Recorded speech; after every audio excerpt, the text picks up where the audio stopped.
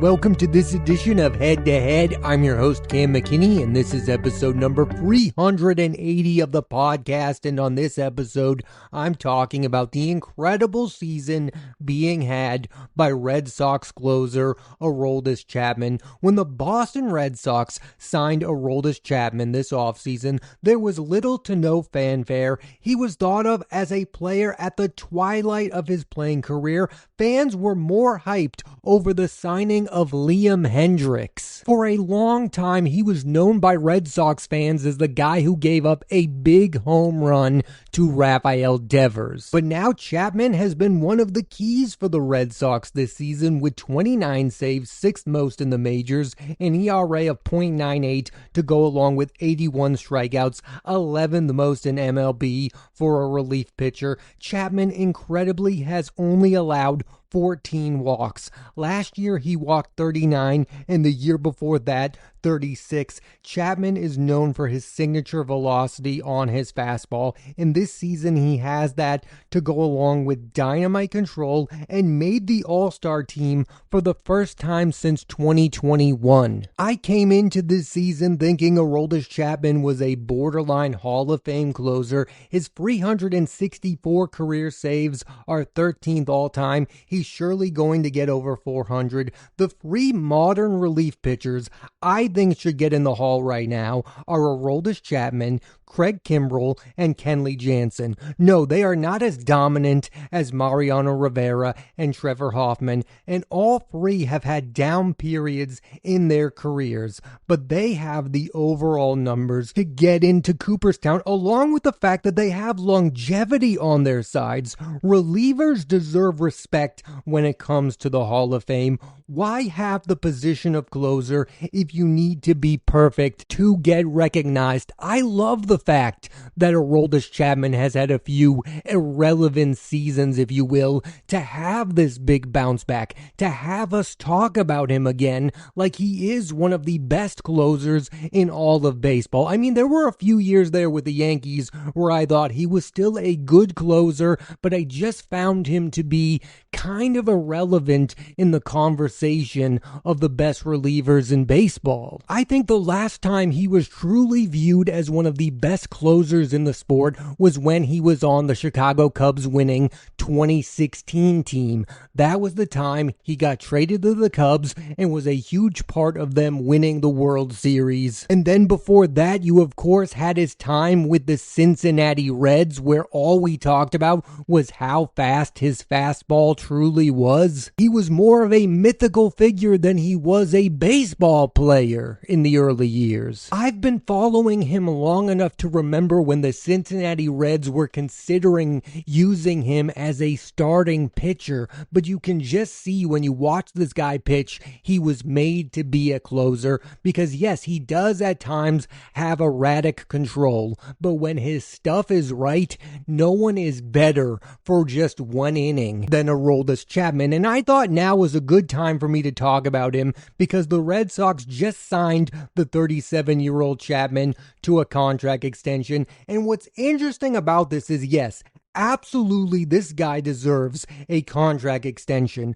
The Red Sox needed to do this, but when it comes to relief pitchers, the likelihood of him being able to duplicate this again next year is very low. They have become year-to-year players. Look at what's happening to Devin Williams with the New York Yankees. Last year with the Milwaukee Brewers, he had a 1.25 ERA. This year in New York, he's got a 5.60.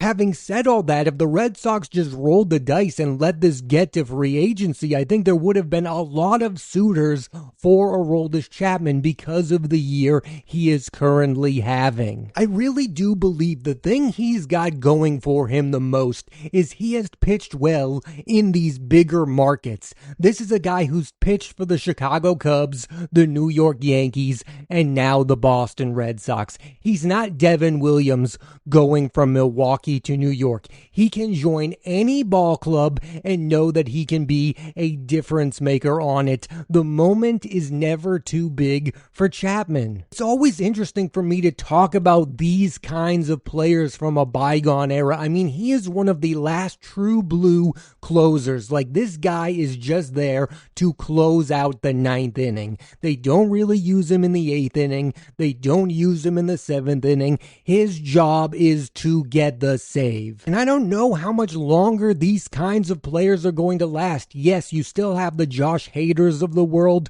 but they are few and far between. And I don't think people are positioning pitchers to become future closers the way they did in the past. But what you are seeing right now with the Red Sox, who are vying for a playoff spot, is what impact a real closer can have on a roster. The fact that you know you can rely on this guy in any save situation. I mean, he has been their best reliever, and that's not always the case. There are a lot of teams in baseball where the closer is not the best arm in the bullpen, but that's not the case with the Red Sox. To go on a little side tangent about the Red Sox for a minute, it really is fascinating that at one point, everyone who watches the Red Sox was hyped about the young players on the roster. You have Roman Anthony, you have Marcelo Meyer, you have the future of the team here and ready to play. But on the other side, you have these veteran players who are really the biggest reason for their success. You have Alex Bregman at third base, you have Trevor Story at shortstop, and you of course have Aroldis Chapman as the closing pitcher. And what's true about all three of them heading into this season, their future with the Red Sox was up in the air because Alex Bregman still has an opportunity to opt out of his current deal. The same goes for Trevor Story. And here we are, the guy signing a contract extension is none other than Aroldis Chapman. I believe most Red Sox fans would prefer the news of Alex Bregman signing an extension, but I have to say it really is important that the Red Sox got this deal with Aroldis Chapman done. They needed to bring this guy back. He's been that good for this team. You cannot go into next season without Aroldis Chapman as your closer. The Red Sox have found a pretty good 1-2 punch between Chapman and fellow reliever Garrett Whitlock, who at one point the Red Sox tried to turn into a starting pitcher. I, like most baseball fans, go back and forth on this idea of what really wins in the postseason. Is it teams that have elite starting pitching, or is it teams that have the best bullpen? And the truth is, both things are really important, especially on a team like the Red Sox, who really right now only go 3 deep with their starting rotation. They have their clear ace and Garrett Crochet. He's been everything you've asked for and more. You have Brian Bayo, who's really turned into something special, and you have Lucas Giolito, who's been better for the Red Sox than I ever would have imagined. But beyond that, there are real question marks with this current starting rotation. And the real reason that a bullpen matters way more in the playoffs than it does during the regular season is because starting pitchers do not go as deep in the postseason. They are not given 5 innings no matter what. There will be starts where a Garrett Crochet might only give you 3 innings in the playoffs. What I'm trying to say is Aroldis Chapman is not only one of the biggest reasons the Red Sox are where they currently are, he's also going to be one of the biggest reasons they find success in the playoffs if they do. And for as good as Aroldis Chapman has been all year long, he's gotten even better as the year has gone on.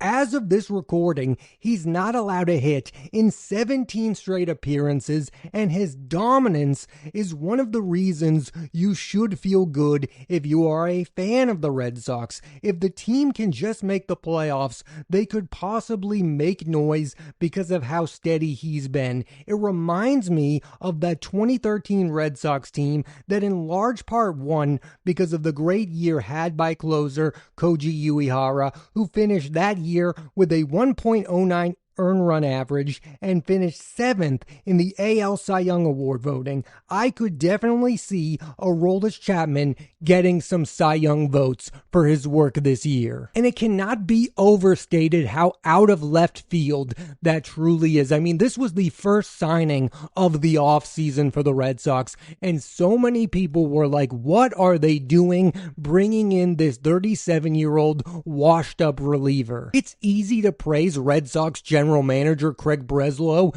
for making the Garrett Crochet trade. It's easy to praise him for bringing in Alex Bregman, but him signing Aroldis Chapman this offseason is the one that deserves the most kudos. And he deserves an equal round of applause for re-signing him. My biggest issue with Chaim Bloom when he was running the Red Sox is he would bring in the right players. He would bring in Kyle Schwarber. He would bring in Michael Wacha. He would bring in Hunter Renfroe, and then he would not keep those players long term. It's like, guy, you were right about these ones. Why would you let them go to the Phillies? Why would you let them go to other teams? Breslow picked the right guy in Aroldis Chapman to be the Red Sox closer, and now he's keeping him around. The season that Aroldis Chapman is having is one of the reasons why baseball is one of my favorite sports, is because the careers of these players have more up and downs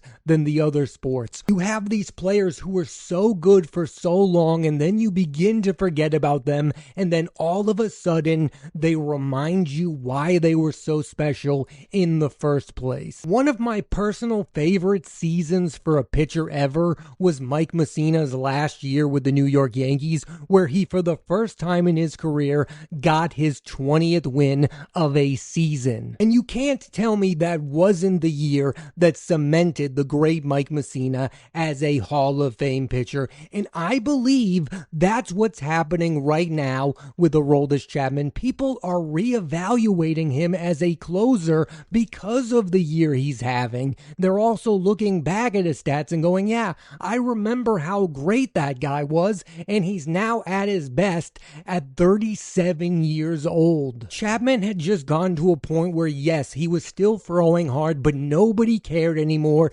because they didn't believe he could consistently throw enough strikes to get the 3 biggest outs of a ball game anymore. And he has proven all of those doubters wrong on one of the biggest stages, playing for one of the biggest markets, the Boston Red Sox. That's the other crazy thing about this. I mean, for a long time, Aroldis Chapman was the closer of the New York Yankees, and now he's having his best year ever with the rival Red Sox, while the Yankees continue to have issues with the closer position. They have Devin Williams, they have Luke Weaver, and they have David Bednar, but none of them have been even half as good as Aroldis Chapman has this season. There is something that I find so odd about the fact that if Aroldis Chapman just had a really good year with the Red Sox, where he had a 2.5 ERA, absolutely no one would be talking about him, and that's where we are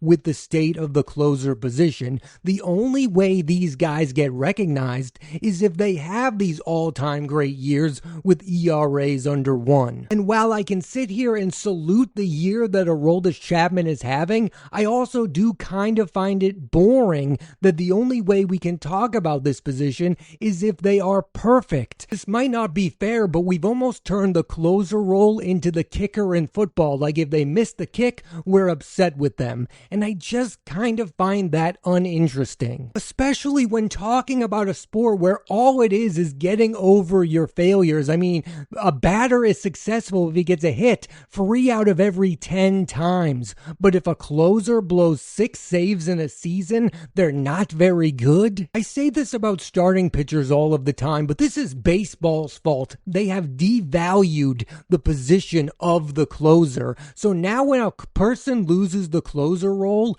it doesn't even matter anymore because the fans don't care. They just think of the closer as just another relief pitcher. When back in the day, these were some of the most memorable pitchers in the game. You had the Dennis Eckersleys, you had the Goose Gossages, you had the Raleigh Fingers, you went on to have the Trevor Hoffmans, the Mariano Riveras. Some of my favorites were Francisco Rodriguez, Jonathan Papelbon. These guys were treated as stars, and there was a point in time when Aroldis Chapman was treated like a star pitcher, and he hasn't been for the last, let's say, 5 to 6 years. He's just been viewed as another guy. And this incredible year out of nowhere has put him back on the mountaintop. And even though I feel really good about his chances making the Hall of Fame, it's far from a sure thing. I mean, Billy Wagner barely made the Baseball Hall of Fame. That gets me to this. There is only one final thing that Aroldis Chapman can do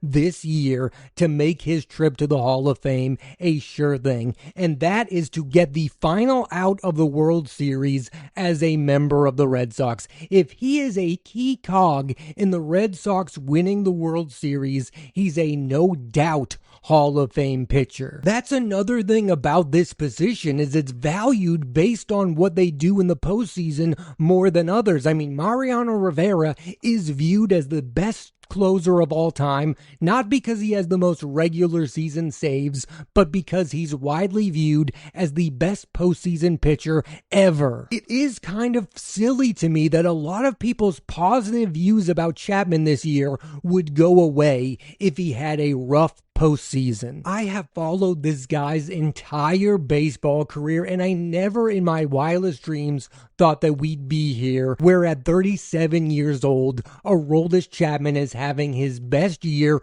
for the team that I root for, the Boston Red Sox. Here's how I thought things were going to play out. I thought he'd be their closer for, say, the first half of the year, that he'd have a decent half, and then he'd start to blow saves, and then they would have to remove him from the position. I thought, and I presume a lot of fans of the team thought, that we were going to live in a world where Aroldis Chapman was maybe the fourth best reliever on the staff. Like I said at the beginning of the podcast, there were people believing more in Liam Hendriks entering the year than they did Aroldis Chapman. We all expected that Garrett Crochet was going to be the best pitcher on the Red Sox, and he has been, but no one thought that the second best was going to be Chapman. More people believed in the Walker Buehler signing than they did in the Aroldis Chapman one, and now Walker Buehler is gone. He's on the Philadelphia Phillies, and Chapman is the one who stays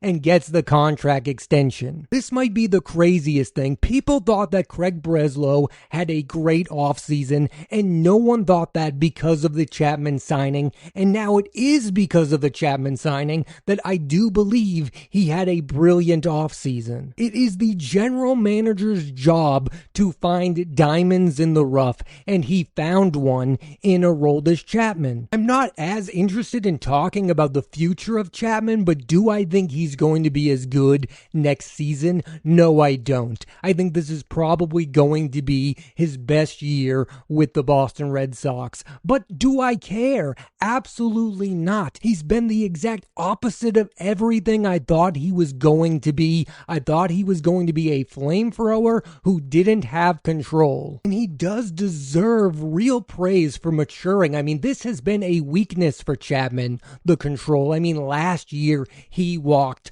39 batters. We are into September and he has only walked 14. Pitching coach Andrew Bailey and manager Alex Cora, of course, deserve credit as well, but most of it should go to Aroldis Chapman. The Red Sox would not be in playoff contention without Aroldis Chapman. Their bullpen would not be good without Aroldis Chapman. He's having one of the best seasons a Red Sox reliever has ever had, and he's having one of the best recent seasons a relief pitcher has had. If the Red Sox prove to be real contenders for a World Series title, Aroldis Chapman is going to be one of the biggest reasons why. If this season has not convinced you that the lefty deserves to make the Hall of Fame, then absolutely nothing will. Then there's literally nothing he can do to impress you. I was a bit indifferent in Aroldis Chapman making the Hall of Fame. I thought it would happen,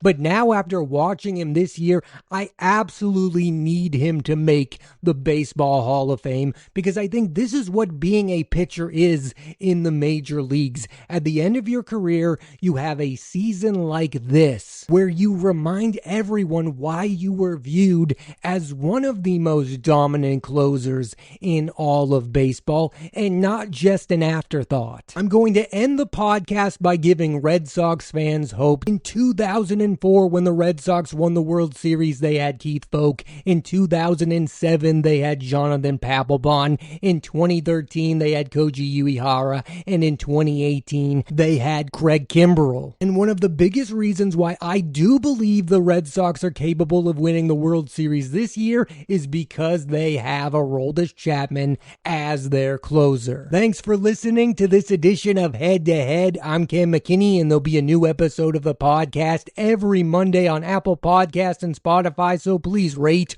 review, and subscribe.